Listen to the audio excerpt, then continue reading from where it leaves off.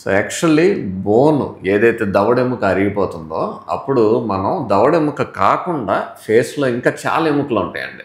So ట్రాన్స్నేసల్ ఇక్కడ బట్టి చేయొచ్చు, జైగోమా చేయొచ్చు, టెరిగాయిడ్ చేయొచ్చు. సో ఈ ఎముకలు వాడుకొని చేయటం బెటర్ అండి. ఇదే అడ్వాన్స్డ్ ప్రోటోకాల్. బోన్ గ్రాఫ్ట్లతో పెట్టుకుంటే మస్ అయిపోతారండి. మళ్ళీ చెప్తున్నా, బోన్ గ్రాఫ్ట్లతో పెట్టుకుంటే అంతే సంగతులు. కాస్ట్ ఎక్కువ అవుతుంది, అవి సక్సెస్ అయ్యే ఛాన్స్ కూడా చాలా చాలా తక్కువ. ప్రాపర్ గ్రాఫ్ట్ చేసినా కానీ ఏమాత్రం టేకప్ అవుతాయి అనేది ఎవరు చెప్పలేరు.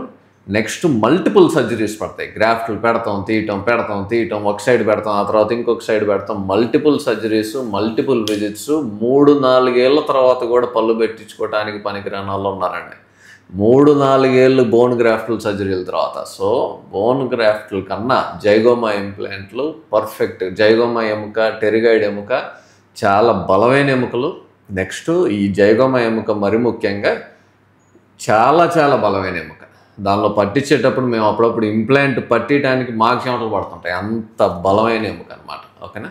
పాజీ ప్రోటోకాల్లో టెరిగాయిడ్, జైగోమా ముఖ్యని వాడుకొని ఆల్-ఆన్ 6 స్క్రూ రిటైన్డ్ పళ్ళ సెట్టు, అది కేవలం 1 వారంలో పెట్టేసామండి.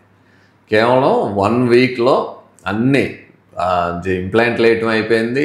బార్లు పైన అంతా స్క్రూ రిటైన్డ్ సిస్టమ్తో పెట్టేసాం అన్నమాట.